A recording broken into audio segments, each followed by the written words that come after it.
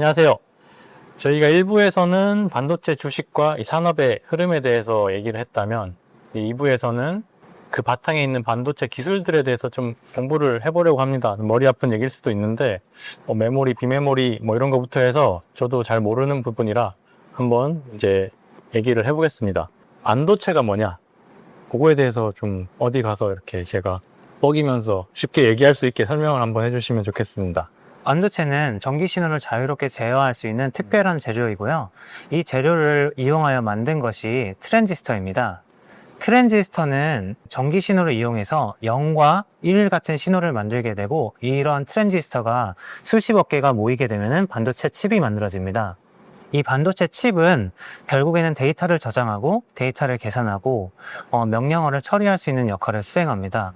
반도체 칩 내부의 기본 구성 요소가 트랜지스터가 되고, 이 트랜지스터가 수십억 개가 모이게 되면 반도체 칩이 됩니다.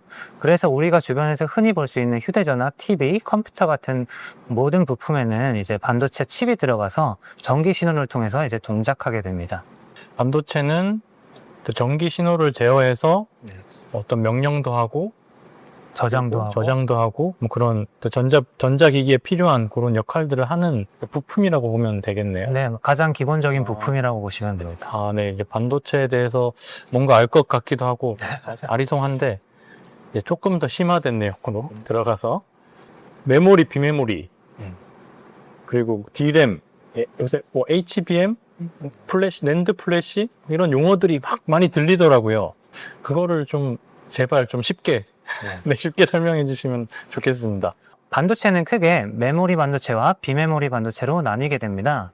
메모리 반도체는 데이터를 저장하고, 비메모리 반도체는 데이터를 연산하고 제어를 하는 역할을 수행합니다.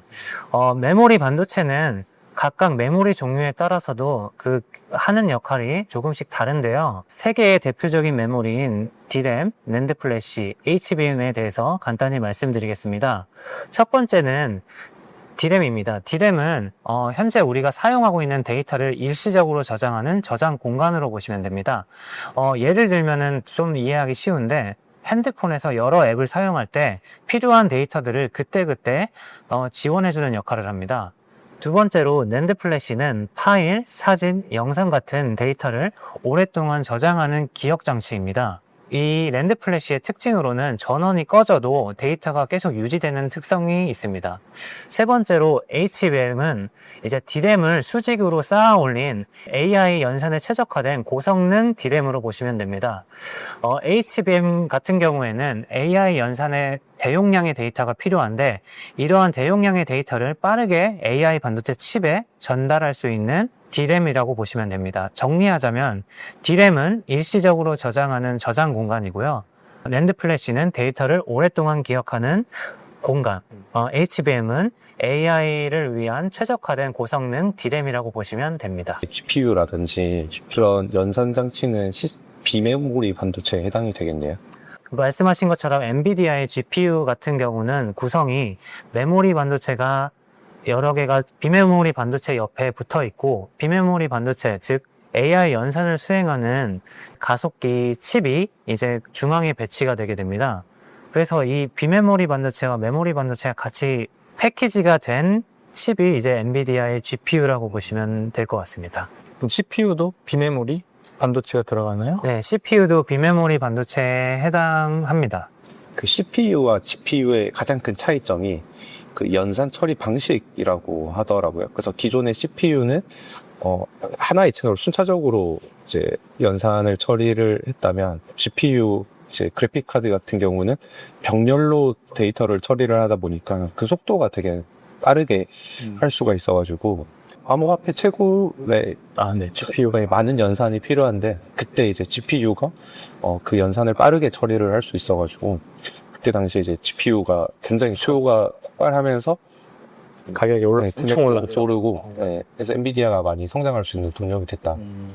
그렇게 좀 알고 있습니다. 비메모리 같은 경우는 이제 밸류는 좀 높지만 한국에서 많이 생산을 안 하고 있는데, 혹시 뭐 그런 이유라도 있을까요? 메모리 쪽은 이미 한국에서 그 수십 년 전부터 계속 공정을 통해서 축적되어 온 설계와 인적 자원들이 있었던 반면에, 일반 두뇌에 해당하는 CPU나 이제 GPU 같은 이제 칩들은 보통 그 미국에서 이제 많이 제작을 해왔습니다.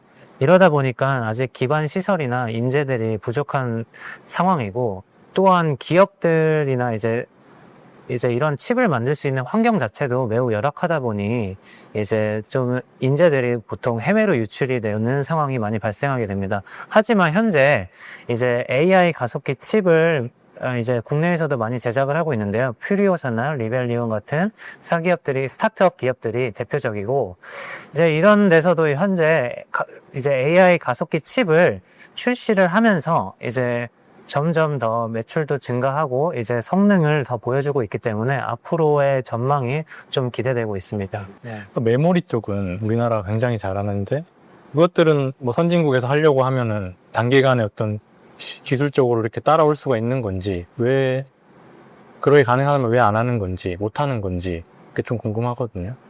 우리나라의 삼성전자, 하이닉스 같은 경우는 메모리 반도체 분야에서 생산 수요를 극대화하고 굉장히 빠르게 많이 생산할 수 있는 인프라를 굉장히 많이 구축을 해서 미국이나 유럽, 뭐 기술 선진국에서도 메모리 반도체 분야의 생산 극대화를 위한 신규 업체가 생기기는 어렵다라는 내용이 많이 있고, 다만 반도체 시장에서 메모리 반도체 시장이 약 30%로 추정을 하고 있습니다. 나머지는 다 이제 시스템 반도체라고 불리는 비메모리 반도체 분야인데, 퀄컴이라든지 아니면 최근에는 엔비디아라든지 다양한 CPU, GPU 이런 비메모리 반도체 분야는 우리나라는 사실은 아직 점유율이 거의 미미한 수준이고, 핵심적인 기술은 미국, 유럽 쪽에서 많이 보유하고 있어서 리벨리온이라든지 퓨리오사 AI 같은 시스템 반도체 기업들의 성장이 되면서 그쪽 분야에 대해서도 우리나라가 많은 기대를 받고 있는 상황입니다.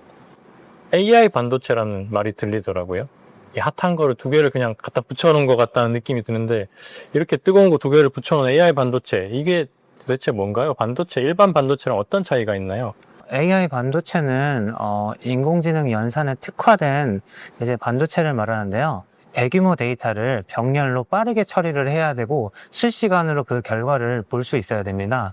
이렇다 보니 일반 CPU에서 그런 대용량의 연산을 처리하다 보면은 이제 전력 소모가 높아지고 발열 문제도 발생하고 여러 한계에 부딪히게 됩니다. 이러한 문제를 해결하기 위해서 데이터를 빠르게 처리할 수 있는 병렬 처리에 특화된 구조를 갖는 반도체가 AI 반도체고, 현재 많은 연구가 진행되고 있습니다.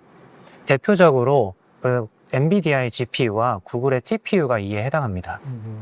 그러면 그런 AI 반도체, 빠른 계산을 하기 위해서 들어가는데 필요한 것들이 아까 말한 HBM 이런 반도체라는 말씀인가요? 네, 지금 조금 개념이 섞여 있는데요. 그 AI 반도체 칩은 흔히 우리가 AI 가속기라고도 많이 부르고, 그 내부를 보시면은 고성능의 HBM 메모리 반도체가 들어가고, 그 메모리 반도체에서 들어오는 데이터를 빠르게 처리할 수 있는 비메모리 반도체가 또 붙어 있습니다.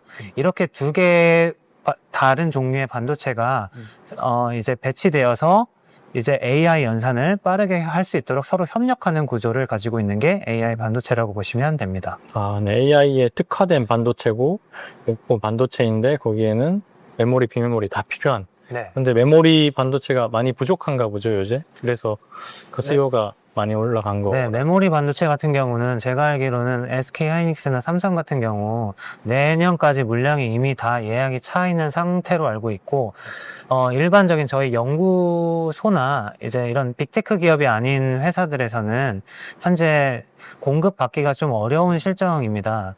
이렇게 수요가 많다 보니 지금 캐파를 많이 늘리려고도 하지만 인력과 이제 비용적인 문제, 시간적인 문제도 많이 고려를 해야 되기 때문에 현실적으로는 이제 그 메모리 수요를 공급이 따라가지 못하는 상황입니다. 맞아요. 이게 뭐 산업도 발전하고 주가도 올라서 좋은데 컴퓨터 가격이 너무 비싸더라고요. 네. 살 수가 없을 만큼. 요새는 말도 안 나게 네, 그런 좀 불편함도 있는 것 같습니다. 이 AI 반도체가 기술이 엄청나게 발전하면 우리 생활에 실제적으로 체감할 수 있는, 일반인들이 체감할 수 있는 그런 어떤 변화가 있을까요? 메모리 반도체 가격이 올라서 이제 그만큼 뭐 휴대폰 가격이라든지 이런 거는 올라가겠지만 일반인들이 앱 사용이라든지 AI 뭐 챗GPT라든지 이런 거를 사용하면서 아마 생활에서 저도 체감할 수 있을 정도로 많이 발전한다라고 생각하고 효용성을 좀 더 체감을 하고 있지 않을까 이렇게 생각하고 있습니다. AI 반도체가 많이 이렇게 성장을 하게 되면 우리가 체감할 수 있는 거는 사실은 온 디바이스 AI로 우리가 실질적으로 체감을 많이 할 수 있을 것 같습니다. 그러니까 예를 들어서 기존의 자동차를 탔을 때 우리가 경험했던 내비게이션이라든지 뭐 그 정도 수준에서 우리가 실제로 차 내에서 언어를 통해서 혹은 어떤 기계 장치를 통해서 AI를 체감을 하기 위해서는 결국은 그거에 특화된 AI 반도체가 반드시 개발이 돼야 되거든요. 그래서 일반적인 시장에서 체감할 수 있는 것들은 우리가 단순히 어떤 기계 장치가 AI화가 됐다로 많이 좀 느끼실 수 있을 것 같습니다. 그 스마트폰이 나오면서 노래도 듣고 사진도 찍고 모든 기기들이 합쳐졌듯이 AI가 발전하면서 그런 전자기기의 성능이 우리가 지금 상상할 수 없을 만큼 엄청나게 좋아진다. 적당히 쓰던 기계들이 굉장히 똘똘해지기 위해서는 AI 반도체가 필수이기 때문에 AI 반도체가 많이 성장이 되고 기술이 축적이 되면은 우리가 실질적으로 느낄 수 있는 어떤 기계 장치, 장비, 뭐 디바이스들의 어떤 AI화를 좀 많이 느낄 수 있을 것 같습니다. 네, 곧 이제 저는 생각을 하지 않아도 되는 세상이 오는 게 아닌가 싶습니다. 네, 여기까지 저희 AI 반도체에 대한 기본적인 기술들을 알아봤고요. 오늘 반도체 설명해 주셨는데 다들 너무 쉽게 설명을 해 주셔서 다 이해하셨죠? 네. 네, 그렇게 믿고 넘어가겠습니다. 2부는 여기까지 마치고 3부에서는 앞으로 이 반도체들이 어떻게 변화해 나갈지 앞으로 미래에 대해서 좀 얘기를 해보도록 하겠습니다. 감사합니다.